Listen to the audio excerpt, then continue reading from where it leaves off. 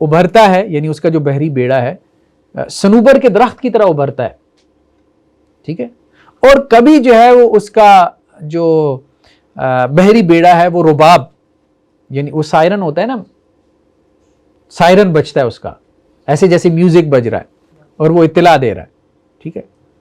یا بعض لوگوں نے یہ بھی تشریح کی ہے کہ کبھی وہ جو ہے میسولینی اپنی قوم کو بڑا مطلب ولوا انگیز تقریر، ظاہری بات ہے جو پیچھے لگاتا ہے اس کے اندر کوئی تو صلاحیت ہوتی ہے نا، تو وہ تقریریں بڑی جو ہے وہ زبردست کرتے ہیں، جذبات کو کیپچر کرتے ہیں، جذبات سے کھیلتے ہیں، تو وہ کبھی جو ہے وہ قوم کو جوش اور جذبہ دلا کے صنوبر کے درخت کی طرح کھڑا کر دیتا ہے، اور کبھی جو ہے وہ انہیں ان کی عظمت رفتہ پہ رلاتا ہے، جیسے کوئی میوزک ایسا بجایا جائے نا جس سے انسان پہ رونا طاری ہو جائے، سیڈ جو ہے پوئٹری بھی ہوتی ہے نا، ٹھیک ہے۔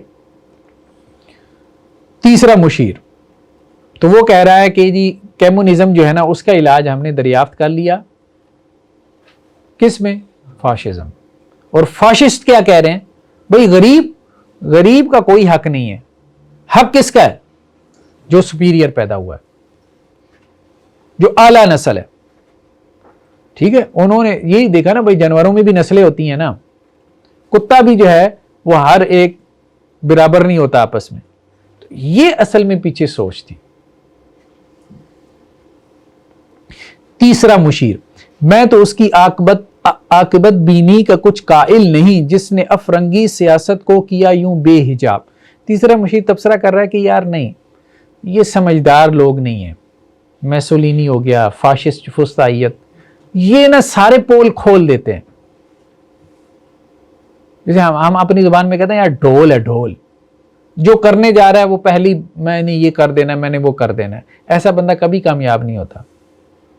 اس نے تو اپنی سیاست ہی بے نقاب کر دی، بے حجاب کر دی، اس نے کیا فساد برپا کرنا ہے جو پہلے اعلان کرے کہ میں نے یہ فساد برپا کرنا ہے۔ چلنے والے لوگ ہماری طرح کے ہوتے ہیں، پتہ ہی نہیں چلتا کہ ہم کیا کر رہے ہیں، کیا کرنا چاہتے ہیں۔ پانچواں مشیر کیا کہتا ہے ابلیس کو مخاطب کر کے؟ اے تیرے سوزے نفس سے کار عالم استوار ہیں، یعنی تیرے نفس کی گرمی سے پورا عالم چل رہا ہے، ابلیس کو مخاطب کر کے کہہ رہا ہے کہ تیری وجہ سے یہ سارا عالم چل رہا ہے، ٹھیک ہے۔ تو نے جب چاہا کیا ہر پردگی کو آشکار، جو چیزیں پردے میں تھیں تو نے لا کے ان کو سب کے سامنے ننگا کر دیا جب تو نے چاہا، یعنی وہ تعریف کر رہا ہے چیلا جو ہے۔ آب و گل تیری حرارت سے جہان سوز و ساز، آب و گل یہ مٹی ہو گئی، پانی ہو گیا، یہ سب مطلب تیری حرارت، تیری گرمی، تیری ایکٹیویٹی، تیری چلت پھرت، ٹھیک ہے، تیری سازشوں کی وجہ سے یہ سب ہے۔ اب لائے جنت تیری تعلیم سے دانائے کار، اب لائے جنت کا بے وقوف، اب اس نے ایک ٹانٹ ماری ہے، انسان کو کیا کہا ہے؟ بے وقوف۔ جنت سے نکالا گیا نا انسان، تو اس کو اب لائے جنت کہا ہے، جنت سے نکالا ہوا بے وقوف، یہ بھولا بھالا سا انسان ہے، اس بیچارے کو کیا پتہ مکاری کیا ہوتی ہے، فریب کیا ہوتا ہے، دھوکہ کیا ہوتا ہے، یہ بے وقوف سٹوپڈ قسم کا، ٹھیک ہے۔ اس کو ہم نے تھوڑی سی تعلیم دے دی ہے تاکہ یہ اپنے آپ کو کچھ دانا سمجھنا شروع کر دے کہ میں بڑا سمجھدار ہوں، میں بڑا انٹلیکچوئل ہو گیا ہوں، یہ ہماری پڑھائی ہوئی کچھ سبق ہیں۔ تو اس بے وقوف کو ہم نے تھوڑی تعلیم دی ہے، یہ اپنے آپ کو سمجھدار سمجھنا شروع ہو گیا ہے، حالانکہ اب یہ زیادہ بڑا بے وقوف ہو گیا جو اپنے آپ کو سمجھدار سمجھ رہا ہے۔ تو اب لائے جنت تیری تعلیم سے دانائے کار، تیری تعلیم سے یہ اب لائے جنت سے نکالا ہوا بے وقوف جو ہے وہ دانا بنائے۔ تجھ سے بڑھ کر فطرت آدم کا وہ محرم نہیں، سادہ دل بندوں میں جو مشہور ہے پروردگار۔ سادہ دل بندوں میں کون ہے مشہور پروردگار؟ اللہ جو آسمانوں پہ بیٹھا ہے، وہ تجھ سے زیادہ انسان کو نہیں جانتا۔ اب وہ تعریف کر رہا ہے ابلیس کی کہ پروردگار بھی انسان کو اتنا نہیں جانتا اے ابلیس جتنا تو جانتا ہے۔ کام تھا جن کا فقط تقدیس و تسبیح و طواف، تیری غیرت سے ابد تک سر نگوں و شرمسار، یعنی وہ فرشتے جن کا کام صرف تسبیح، تقدیس اور طواف تھا، وہ اب قیامت تک کیا ہیں؟ شرمسار ہیں، ان کے سر جھکی ہوئی ہیں، ٹھیک ہے۔ انسان کی حرکتیں دیکھ کے گرچہ تیرے مرید افرنگ کے ساحر تمام، اب مجھے ان کی فراست پر نہیں ہے اعتبار. پہلے تعریف کی اس نے کہ بگڑی نہ جائے کہ استاد نے کچھ کیا نہیں ہے. اب کہہ رہا ہے کہ فرنگی سارے تیرے مرید ہیں. ابلیس کو کہہ رہا ہے فرنگی سارے تیرے مرید ہیں، مجھے یہ پتا ہے سارے جادوگر تو نے اپنے قابو میں کی ہوئی ہیں، لیکن یہ جو تیرے جادوگر ہیں نا، میجیشین ہے نا، افرنگی لیڈرز ہیں، اب مجھے لگتا نہیں کہ ان کے اندر کوئی فراست ہے. ٹھیک ہے. وہ یہودی فتنہ گر، وہ روح مزدک کا بروز. یہودی فتنہ گر کون تھا؟ Karl Marx. روح مزدک کا، مزدکیت بھی ایک مذہب تھا. یہ مزدک جو ہے نا، یہ تقریباً کوئی 524 میں اس کی وفات ہوئی ہے. نیشا پور کا فلسفی تھا. تو اس نے 524 یعنی 571 میں اللہ کے رسول صلی اللہ علیہ وسلم آئے ہیں نا، تو آپ سے ذرا پہلے جو ہے وہ گزرا تھا. اس نے یہ فلسفہ پیش کیا تھا مزدکیت کا کہ جو عورت ہے نا اور جو زمین ہے یہ سب کی اجتماعی ملکیت ہے. یعنی جو جس عورت سے چاہے تعلق قائم کرے اور جو جس زمین پہ چاہے اس سے استفادہ کرے. تو اس نے کہا تھا زمین اور عورت اجتماعی ملکیت ہے. یہ نہیں کوئی کہہ سکتا کہ یہ میری عورت یہ میری زمین، وہ سب کی ہے. جو زمین ہے سب کی ہے، جو عورت ہے سب کی ہے. ٹھیک ہے. تو خیر بہرحال یہ بعد میں تو ختم ہو گیا. پھر اسی آپ یوں کہہ لیں کہ یہ مزدکیت تھی جو بعد میں کمیونزم کی صورت میں ہمارے پاس آئی. تو وہ یہ کہہ رہا ہے کہ وہ یہودی فتنہ گر، وہ جو کارل مارکس ہے، وہ روح مزدک کا بروز، اس کے اندر وہ مزدک کی روح دوبارہ لوٹ آئی ہے، ظاہر ہو گئی ہے. وہ پرانا مذہب جو ختم ہو گیا تھا، نوشیروان نے جو ہے وہ ان کو قتل کروا دیا تھا. ہر قبا ہونے کو ہے اس کے جنوں سے تار تار. تمام قبائیں جو ہے وہ تار تار ہونے کو ہیں. زاغ دشتی ہو رہا ہے ہم سر شاہین و چر. زاغ دشتی، زاغ کیسے کہتے ہیں؟ کوا. دشت صحرا، صحرائی کوا جو ہے جس کا کام ہر وقت کائیں کائیں کرنا ہے. صحرائی کوا وہ شاہین اور باز کا ہمسر ہو رہا ہے. یعنی ایک ہی فضا میں کوے کی یہ جرت ہو گئی ہے کہ اس نے شاہینوں کے ساتھ اٹھنا بیٹھنا شروع کر دیا ہے. یہ مساوات، یہ ایکویلٹی، یہ یہودی فتنہ گر لے کے آنا چاہ رہا ہے. وہ غریبوں کو سرمایہ دار کے سامنے بٹھا رہا ہے، ٹیبل ٹاک ہو رہی ہے، مذاکرات ہو رہے ہیں. یہ اس نے کر دیا ہے. ٹھیک ہے. حالانکہ ہمارا سارا جو پھیلایا ہوا فتنہ ہے وہ تو طبقاتی تقسیم کی بنیاد پہ ہے کہ جتنی طبقاتی تقسیم ہوگی سوسائٹی میں اتنا جو ہے وہ ہمارا اثر و رسوخ ہوگا. لیکن اس نے تو یہ سارا ختم کر دیا. اس نے تو قووں کو جو ہے وہ شاہینوں کے ساتھ بٹھا دیا، ان کے ساتھ اڑا دیا. یہ مساوات قائم کرنے چلا ہے. کتنی سرعت سے بدلتا ہے مزاج روزگار. چھا گئی آشفتہ ہو کر وسعت افلاک پر، جس کو نادانی سے ہم سمجھے تھے ایک مشت غبار. یعنی ہم تو سمجھے تھے یہ یہودی کیا کرے گا، مشت غبار ہے، مٹھی بھر ہے، ہمارے ابلیسی نظام کے لیے یہ کیا چیلنج بنے گا ہے. تو یہ تو اس نے وہ ایک مٹھی بھر غبار تھی، اس نے جس طرح سے وہ پھینکی ہے، اڑائی ہے وہ غبار، وہ تو چاروں طرف آسمانوں میں پھیل گئی ہے، دھند ہی دھند ہو گئی ہے. ہمارے افکار اور ہمارے نظریات، ہماری سوچ پیچھے رہ گئی ہے. فتنہ فردا کی ہیبت کا یہ عالم ہے کہ آج کانپتے ہیں کوہسارو مرغزارو جوئے بار. ایک آدمی نے کھڑے ہو کے ایسا فتنہ برپا کر دیا ہے کہ آج پہاڑوں کے دامن ہوں، ٹھیک ہے، اور جنگل ہوں، صحرا ہوں، سارے کانپی جا رہے ہیں اس سے. جیسے سب پہ اس کی سوچ کی، اس کی فکر کی، اس کے فلسفے کی حکومت قائم ہونے والی ہے. میرے آقا وہ جہاں زیر و زبر ہونے کو ہے، جس جہاں کا ہے فقط تیری سیادت پر مدار. مطلب میرے آقا، صحیح بات تو میں عرض کروں اگر آپ کو بری نہ لگے، جو جہان آپ نے قائم کیا تھا وہ ختم ہونے والا ہے.